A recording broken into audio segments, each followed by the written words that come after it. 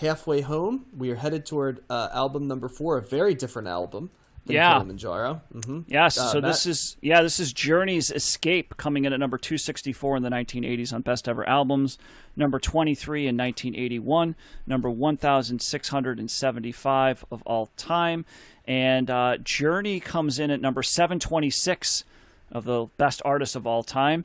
And I guess I go first on this. My guess, John, you picked this, right? We have to cover Journey in the 80s, I would assume. I think this is one of their most successful albums. That's their highest rated album. So I'm going to go. I think. Yeah, John, I said we had to fill in some along the way, and we hadn't covered Journey, and I was looking what bands and artists have we not covered, and I saw Journey, and I'm like, what's the highest rated album? There you go. Escape, and that's how it happened. Yep. Yeah, so I did not know this album. I knew the singles from it, or I knew the bigger songs from it, which is Don't Stop. Know those? Yeah, fair enough. 3 huge ones. So yes, there are. Rock, or you're 6 years old. And I will say, it's interesting because listening to this record, and those obviously I knew Don't Stop Believing's Journey, but when it came to what was the third song, Who's Crying Now? I've known that song. I haven't heard in a while, and just it's when they got to the guitar solo of that, I'm thinking, man, I'm back in my childhood, listening to this on the radio that my parents, one of the songs that my parents would listen to on the radio and everything like that. And I go, right, of course this is Journey, but it's something that I totally forgot about as well. So it also was kind of a nice surprise. And I would say the same thing about Open Arms. It's right, that's Journey's song too. So, I'm not a huge Journey fan. This is not like the AOR. I don't know. I was feeling the. Oh gosh, I forgot. What was the last AOR song record that we did? REO Speedwagon. We did Speedwagon. We did Foreigner. We did Boston. I liked REO Speedwagon and Boston better. I would say this probably falls in third. This is definitely better than Foreigner. I think that's my least favorite. But there's just, to me, you've got some great songs like that we just mentioned. I thought Stone in Love was a good song. That wasn't one that I was terribly familiar with, but I found myself liking that one quite a bit. I don't know. After Who's Crying Now, it starts to, there's a lot of songs in the middle here that fall into the generic classic rock genre, which doesn't really do a whole lot for me. It's fine. It's not terrible. There's some cool guitar parts. There's some cool, and Steve Perry's voice is great. He hits really high notes and stuff. That's not, that's pretty impressive. And he, when you hear, he's got a distinct voice as well. It's a good voice. It's a strong voice, but it's also very distinct. It's Steve Perry when he comes on. But musically, it's just there's a lot of there's a lot of forgettable stuff on here for me. This is the type of stuff that I listen to and I go, ugh, yeah, okay, yeah. There's so much better rock and roll I'd rather listen to. So I guess I got to go thumbs in the middle. I didn't hate it. It's just kind of falling right in that line of it's there. I mean, obviously, Don't Stop Believing is a really good song. I do really like Who's Crying Now. Stone in Love I liked. Those might be the top ones. Even Open Arms, yeah, I guess I like that one too. There's plenty of other things that I would rather listen to. I'm not a huge Journey fan. I know that was a big fan favorite in the recent, I don't know if it was this year or the year before, where they got finally inducted into the Rock and Roll Hall of Fame. But if I'm not mistaken, when you look at the fan voting, they got a ton, and they've sold a ton, and they're a huge band, and people love them. So they've obviously hit a chord, with a lot of people. I just can't say that it was me. Maybe I would love seeing them live. Maybe this is it's one of those things you gotta, see live and experience to really appreciate, perhaps. But as far as just putting an album on, to me, the majority of this is just generic rock. I would pick a couple of songs off of this, put it on a playlist, and say, okay, this is my Journey fix here. I don't need any deep cuts from Journey. They're a singles band. When their singles are good, but other than that, it's kind of meh. So I'm not recommending this. It's like thumbs in the middle. It's not thumbs down. I can't go, I hate this or anything, because it's certainly not there, but it's more of a thumbs in the middle kind of listen for me. Yeah, I'm with you. I was trying to think how would you not make this album generic? If we're using this as kind of like the generic, what could they do as a band to stand out more? Because I agree with you that they are right in that REO Speedwagon vein of being perfectly accessible to the most amount of people and being fun to listen to and like tapping your toes and moving to the song. And a song like Don't Stop Believin' stands out and is in some ways more anthemic because you can, I don't know, it's just like, it's the definition of like soaring vocals and soaring guitar and like a song that you can sing every word to, and that's why it's always popular. There's, I don't know, Lay It Down is like a Walmart version of AC/DC or Kiss or something. Kirkland's Best, right? Is that their brand? Sounds like it, yeah. Yeah, it's like slightly sexual innuendo. There's some harmonizing in there.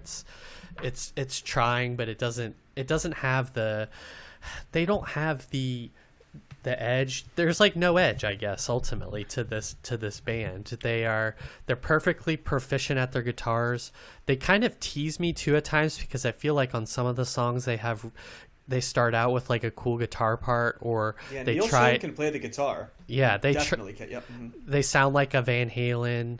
In like a song like Escape, it almost starts like a Van Halen or a metal song, and then it like breaks into like normal journey mode or something. And same thing with like Keep On Running. There was a really cool guitar part, and then it just kind of lost me. So I don't know what it is about that. They're like they're toning it back. They're not almost going full throttle in the way that bands that I like more do. Well, the hooks aren't there. Like, one of the reasons I liked REO Speedwagon was I felt like they had really good hooks, right? And they and some of this and the way that they would build. And I think that's Don't Stop Believin' is a great example of like a song that kind of builds, and it's got like there's more going on there, and there's a hook there that you can really sing along to, and then there's other stuff that's just kind of like it's okay, but it doesn't get to another level.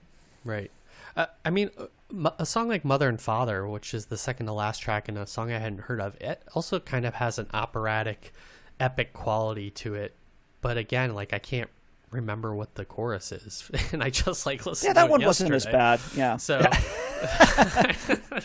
I don't know. Probably so something like ha ha, you know, like ha, yeah, something like that. Yes. So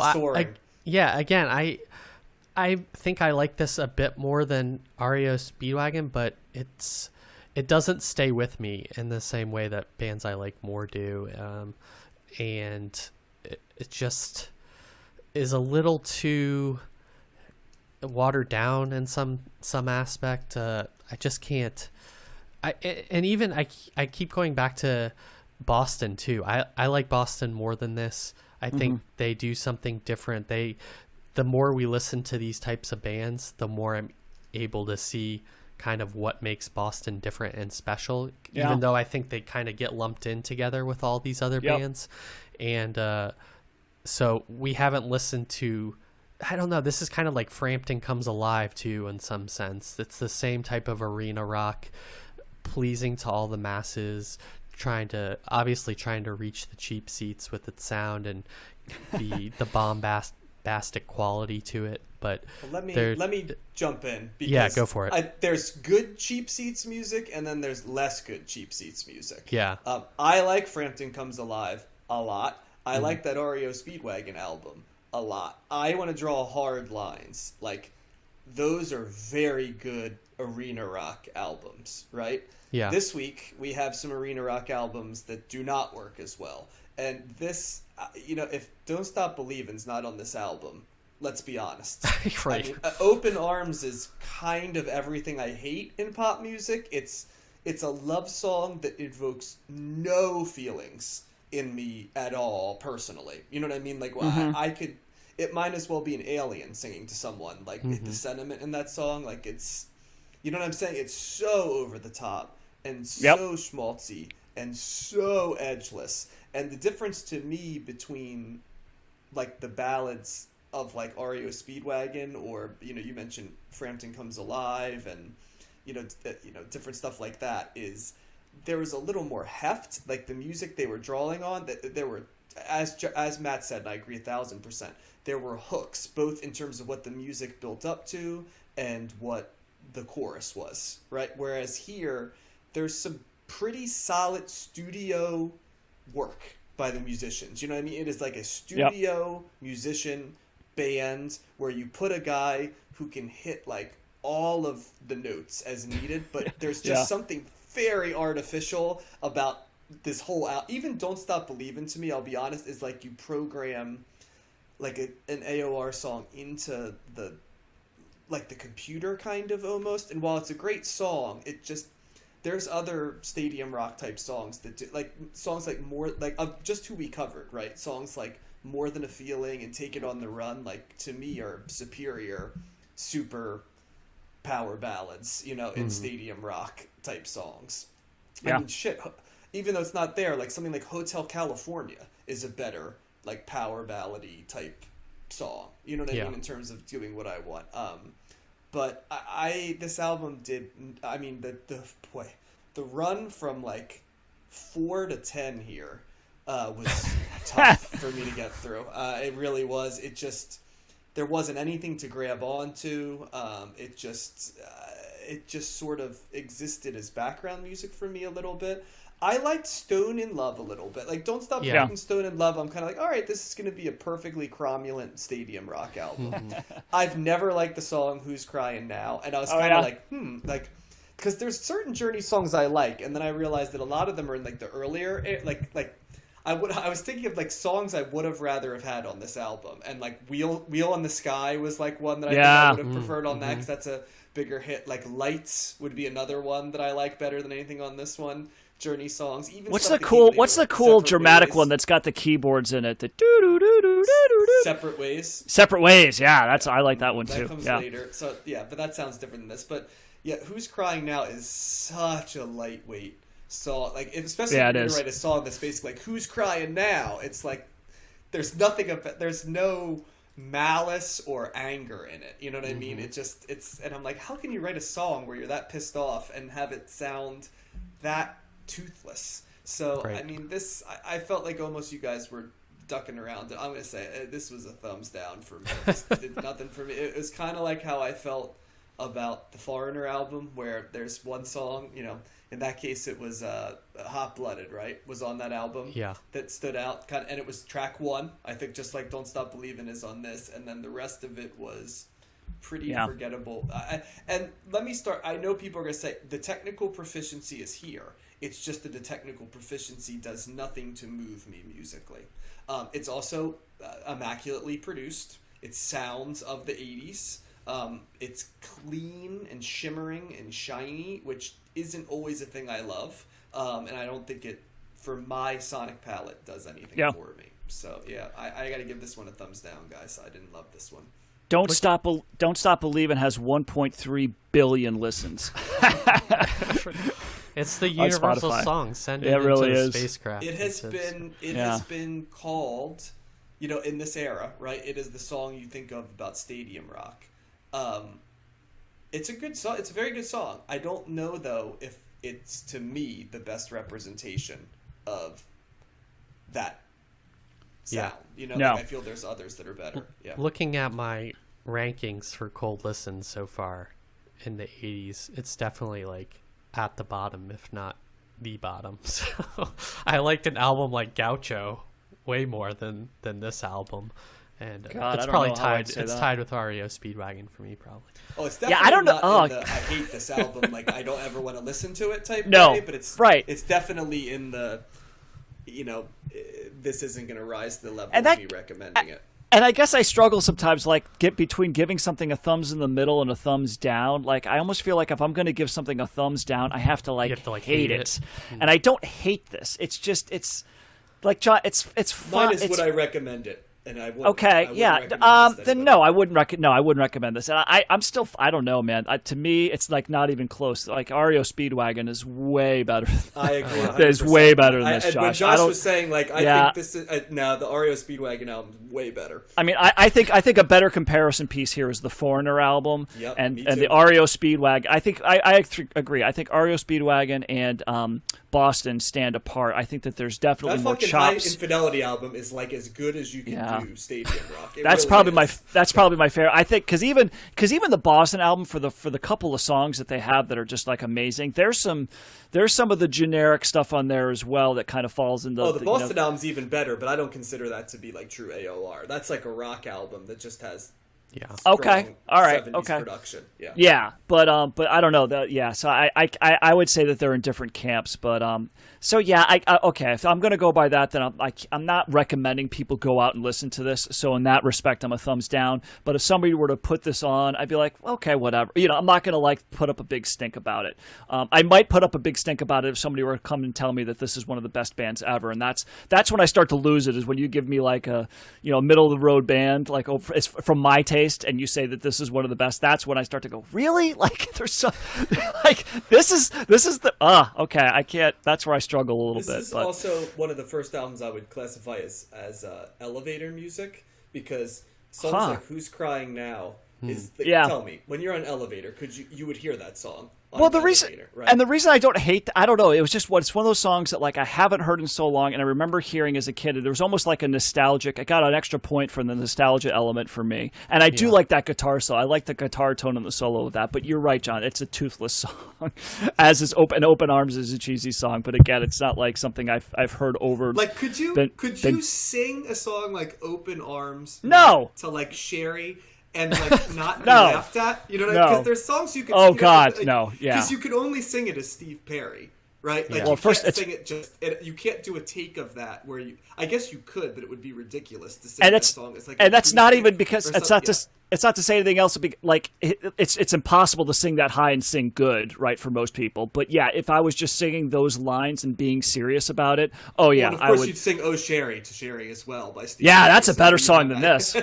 He spells Sherry wrong in that song though, so I would have to correct him on that. But that's I was like, well, of course he'd sing that if he did sing. That also reminded me of, remember the Beyond Yacht Rock podcast when they would rank songs and they did the top 10 songs that sound like "Oh Sherry," and they're all "Oh Sherry" by Steve. They counted out each one. Yeah. Number 8 is "Oh Sherry" by Steve Perry. What are other bands in this vein that we haven't covered yet? I was thinking Styx, Air Supply, Bad Company. Would that Cheap be Trick? Bad Company's a little earlier. I'm thinking like Styx, Cheap Trick. We covered Foreigner, Air Supply. I used to think Kansas would fall into this, but they're the one that was all studio, like really good studio musician. Toto. They would be in this lane. Yeah. Okay. Toto's all the yacht rock guys. I was going to start singing "Hold the Line." Hold the line. Love isn't always on Oh time. Yeah, that's Toto. Oh, that's a good song. Yeah, so 38 Special. Are they? I was thinking of all the bands that Eric liked. 38 Special.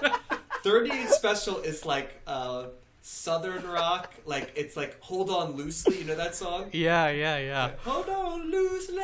So it's like more of a like trying to be like. I'll stand for 38 Special a little bit. They're generic, but they're generic in a way that like. It really is like a period of radio classic rock that I recall that like all of those songs were on, and that's like all that's why it's called stadium rock. You know, you went to the stadium, had some Bud Pounders, or you went to the stadium and had a picnic. Is there a Sirius station with all of these songs? It's probably seems they have like classic Rewind probably is going to have a lot of this stuff because that's classic rock from the 70s and 80s. So I would assume that would be it. In the yacht rock station too. It's not true yacht rock, but they could easily fall. Oh, the yacht rock guys would get mad at some of this stuff probably. Yeah. Yep. But yeah, you're right, Josh. Yeah, we forgot our friend Eric does like all of this stuff. So.